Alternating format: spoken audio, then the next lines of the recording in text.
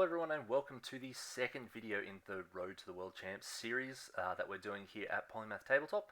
This series is following me and what I've been doing to prepare for the World Champs tournament that I'll be attending in November this year. So what I've been doing for the past week has been a lot of theory at the moment. So I'm trying out half a dozen different lists.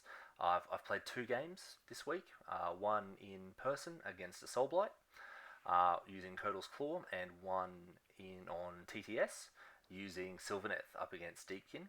So both of them kind of went okay. I lost both of them, but both were very minor losses, which was good. But yeah, it's a really interesting spot with the meta at the moment. I'm not kind of seeing anything that is ridiculously overpowered with what I've got or what I want to take.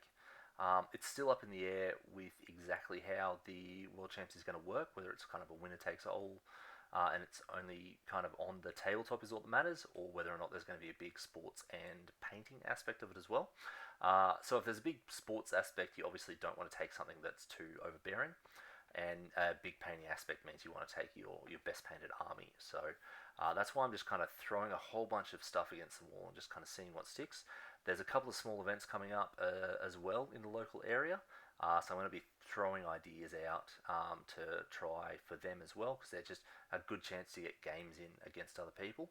But the 2 games that I've had, the first one was against Soulblight with a Codal's Claw list. So that had Croak, an Astrolith, an Old Blood, a Scarvid Carnosaur, 2 big Boxosaurus warriors, some Saurus Guard, and some Hunters of Huanchi. It went okay. My opponent had Nagash. He had a lot of zombies, skeletons, and Graveguard that I couldn't really get through. But I was still scoring pretty well up until the end. Croak really suffered with being able to cast. He had Nagash on Arcane Terrain. So there wasn't really too much. I could actually kind of push through against his +4, even with Primal Dice. But the big thing that happened in that game was he had a Vampire Lord that had Blizzard, and he was playing in Legion of Night, I think it was, where he's got a heroic action teleport with the Vampire Lord. So every turn he was teleporting up, nuking something with Blizzard, and then in my turn teleporting away, so I couldn't really deal with him. So that was very painful. He did a lot of damage to me early, and without much that I could kind of do in return. So that one was a 26-22 loss, which I'm pretty happy with how the dice and the table played out. The biggest thing that I kind of wasn't happy with how my list worked was the Carnosaur. It killed a unit of zombies and then died. That was it. Doesn't seem to have the resilience that I kind of want to use it for.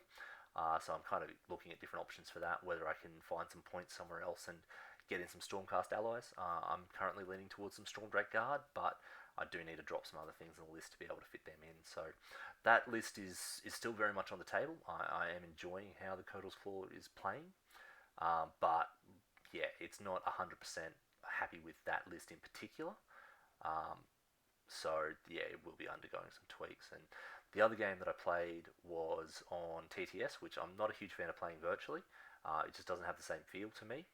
But when you're throwing a whole bunch of list ideas out, you need games, you need reps, you need to figure out kind of what's going to work and what doesn't, and just being able to play games is the biggest asset to that. So this one was against Deepkin with my Sylvaneth. So this Sylvaneth list has a block of 9 Kurnoth Hunters with scythes as a big kind of hammer anvil unit in the center of the table. And it was killed in 1 turn by my opponent, throwing everything into it, but the unit's 750 points. It's almost half my army, so 100% you need to deal with it. And he killed it all in 1 turn.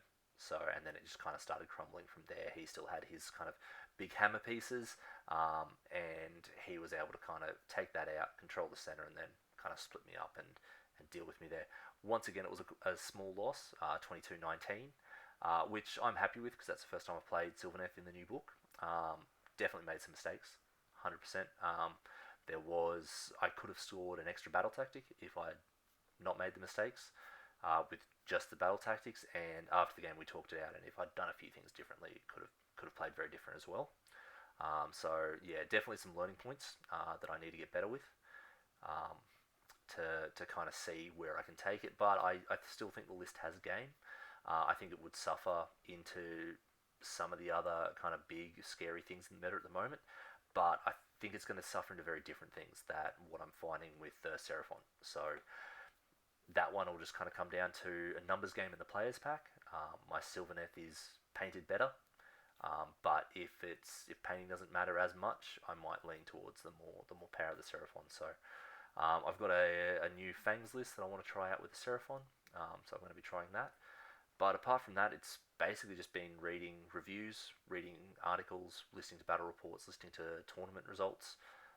There's a couple of big powerhouses in the meta at the moment, especially with the new Magic focus. So Khorne is a big one.